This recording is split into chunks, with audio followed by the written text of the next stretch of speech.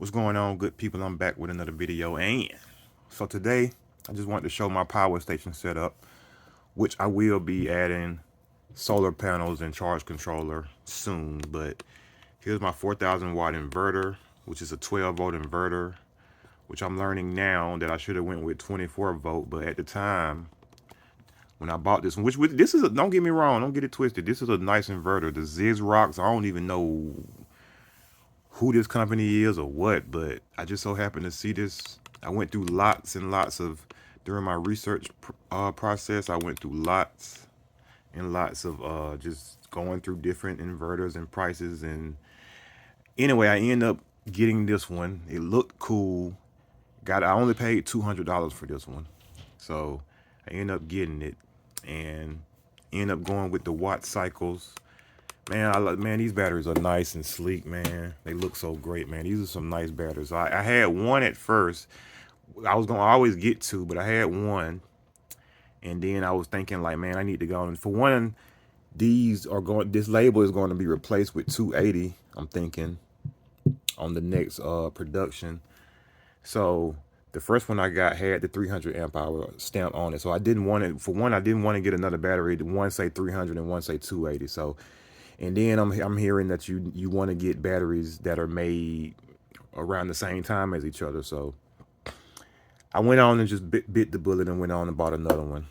My plan was to wait for the prices to come down a little more. But I mean, I saved a little bit from the first one I bought to buying this one. I saved a little bit, so I mean, it is what it is, man. But yeah, I went with the watt cycles. I want 4 of these bad boys, man, hooked together on a 24 volt system at some point. But right now I can only get 2 of these things, man. But yep, this is my setup. And I have this 250 amp breaker on here. I like this breaker, but I don't like this breaker because the wire right here is loose. I would rather have, these terminal lugs on a circuit breaker. So I'm probably going to end up changing this one. It's beefy now. This plastic seems like it can break, but it's pretty beefy. And from the video I seen, it seems to work. So we're going to roll with it now. But we're going to eventually change that. And here's my shunt. I have the Lennox, the Elnix Color Plus, which I do like this battery monitor. It shows a lot of information, but it doesn't have Bluetooth or Wi-Fi connectivity, and I do want some Bluetooth. I do want to be able to look at it without having to, just stare at this screen, even though it's a long cord on here. It has a nice size cord, cable. But I want some Bluetooth connectivity, so I might end up, I don't know if I'm going to take this back. I might just end up buying one later. Because I see the Victron does have the Bluetooth, but the Victron doesn't have a dedicated screen that comes with it. But still, it has the Bluetooth. I can just add any old tablet or whatever, and boom. So I don't know. I probably end up going with a different battery monitor, but we'll see. But anyway, man, this is my setup right now. I have it in parallel, and if y'all have any tips for me, this is one odd 0 gauge cable. I'm probably not going to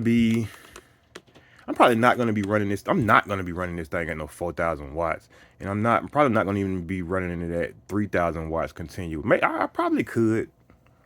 I don't know, but I probably wouldn't be running at 3,000 watts continuous. But I do want to wire this thing as if I was going to run it at 4,000 watts. So this is the cable I have. So let me know if this is sufficient enough for my setup to run like 3,000 to 3,500 watts continuous. Or should I go heavier? I'm pretty sure I should go heavier anyway, but can I get away with this? Nice thing about it, I could just upgrade this. This was only $200, so it didn't break the bank. So it'll be easy at some point to just upgrade this to a 24 volt, wire these in series, and boom. Just like that, I got a 24 volt system. But I got to get the panels, so leave me. What would you do different on this? You can see how I got this wired up. Of course, this is not my final. This is not how I'm going to leave this. But how would you do this? How would you wire this? I'm gonna get bus bars and all that. I think I'm gonna, instead of doing it like this where I'm stacking up lugs, I think I'm gonna just run it 2 bus bars and do it like that instead of stacking them up on here.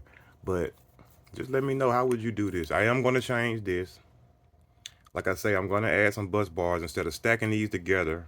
Or let me know if that's even necessary. I guess it just depends on how hot these terminals get, but just let me know, how would you do this? How would you set this up differently? Like I say, I'm not gonna leave this like this. And yeah, so yeah, that's my setup right now, man. Got the watt cycle, 12 volt, 300 amp minis. And I was going, before I even, like, while I was going through the process of learning this stuff, and I saw the 300 amp hour or the 280 amp hour batteries, the bigger size ones, and I bought stuff, had to cancel orders, and you realize, oh man, I should have got this, and you have to cancel certain orders. But I end up going with the 300 amp hour minis, man, and I'm glad I did. They heavy, but they are smaller than the standard size 280 amp hour, 300 amp hour batteries. But yeah, just let me know. And this battery monitor wire, positive wire, I am gonna put that on a different. I am gonna put that on a different terminal. So I'm not gonna have that just a wire sticking in there like that. I'm gonna have it hooked to a bus bar also. I also have this Ego inverter, which is pretty cool. It's a 400 watt inverter. I think the batteries, I have like 4 batteries. This is a 56 volt. I have like 3 of these, and I have a 2.5. But yeah, it just slides on here like that. I think these are 280 watt hours. But yeah, I got that also. It works pretty good. But I had to step it up. I had to go with this and step it up, man. All right, good people. I got this little heater, utility heater, Hyper Tough, Walmart. Let me hook this to this inverter so you can see it in action. This inverter works pretty good, man. It's a pretty good inverter for the price. Let me plug that in there like this. I don't know if you can see. Let me show you. So I plugged it in. You can see it has 4. I think those are 16 amp plugs or something. I'm new to this. I'm new to this. Don't learn from me. I'm just showing off my setup. But you have the USBs, you got the USB-Cs, you got remote port on this bad boy. So it's a nice inverter, man. I only paid $200 for it. I see it's going for more than that, but yeah, I got this little heater hooked up to it.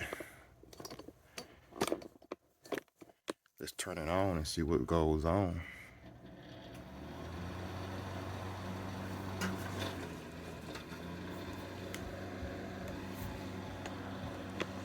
So it's pulling, and the inverter showing. You see the water just pulling. I got it on low, and on the battery monitor shows, you can see 12, 21, 22, 92 amps. You can see, so there, that's all the information it shows on here. So I like this little monitor, man, and it'll stay lit as long as there's a load. But you could change it. You could set it to not. You could set it. It has all different types of settings. Let me show you. There's the settings. You can see. Hopefully you can see. But yep, that's on low. That's what we're getting on low. Let's turn it on high and see where we go. We're at like 1500 showing on there. On the monitor, we're showing 1390, 91 watts, 105 amps. You can see the time remaining. 99% battery. Your amp hours. Yeah, man, Lennox color. Just wish you had some Bluetooth, man. Why you ain't put no Bluetooth in you, man? But yeah, that's with a load on it. We got the heat on, and it's hot. It's a hot day, so